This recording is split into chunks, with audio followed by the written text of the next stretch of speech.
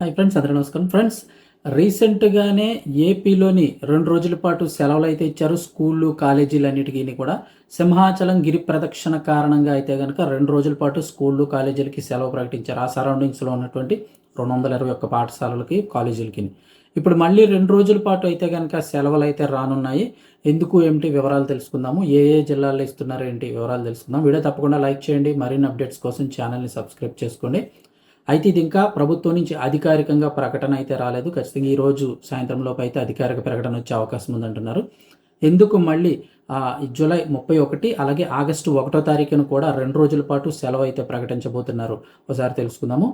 ఆంధ్రప్రదేశ్లో అయితే కనుక ప్రధానమంత్రి నరేంద్ర మోదీ గారు అయితే భోగాపురం ఎయిర్పోర్ట్ ప్రారంభోత్సవానికి అయితే రానున్నారు. సో ఇక అక్కడ నిర్మించినటువంటి అల్లూరి సీతారామరాజు అంతర్జాతీయ విమానాశ్రయాన్ని అయితే ప్రధాని మోదీ ప్రారంభించనున్నారు. ఈ కార్యక్రమాన్ని విజయవంతం చేసేందుకు ప్రభుత్వం అయితే కనుక అన్ని రకాలుగా ప్రయత్నాలు అయితే చేస్తుంది. అంటే మరి రెగ్యులర్గా చేస్తారు కదా, మొత్తం అంతా కూడా అడ్జస్ట్మెంట్స్ అన్నీ చేయడం. సో ఇందులో భాగంగా విజయనగరం, విశాఖపట్నం జిల్లాలోనైతే కనుక సెలవులు ఇచ్చే అవకాశం అయితే ఎక్కువగా ఉందని చెప్తూ ఉన్నారు. ఇంకా అధికారిక ప్రకటన అయితే రాలేదు. ఇక అంతేకాకుండా డాక్టర్ బిఆర్ అంబేద్కర్ కోనసీమ జిల్లా నుంచి కూడా భారీ ఎత్తున ప్రజలైతే అక్కడికి వెళ్ళే అవకాశం ఉందని చెప్తూ ఉన్నారు. సో ఈ క్రమంలో అయితే కనుక స్కూల్ బస్సులు, కాలేజీ బస్సులు, ప్రభుత్వ బస్సులు, అలాగే ఆర్టీసీ బస్సులు ఏవైతే ఉన్నాయో ఇవన్నీ కూడా అక్కడికి పెద్ద ఎత్తున వెళ్ళే అవకాశం ఉంది.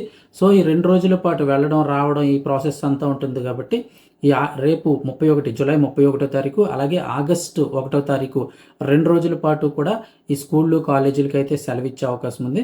విజయనగరం, విశాఖ జిల్లాల్లో అయితే ఇస్తారు. అలాగే బిఆర్ అంబేద్కర్ కోనసీమ జిల్లా ఇస్తారు ఎవరా అనేది ఇంకా తెలీదు.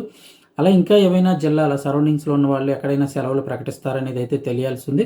సో ఈరోజు అధికారికంగా ప్రకటన వచ్చే అవకాశం ఉంది. సో మరో 2 రోజుల పాటు అయితే విద్యార్థులకు సెలవులు అయితే రానున్నాయి. ఒకవేళ దానికి సంబంధించిన అప్డేట్ ఏదైనా వచ్చినట్లయితే సాయంత్రంలో మన ఛానల్ ద్వారా మీకు అయితే తెలియచేయడం జరుగుతుంది. వీడియో తప్పకుండా లైక్ చేయండి. మరిన్ని అప్డేట్స్ కోసం ఛానల్ని సబ్స్క్రైబ్ చేసుకోండి.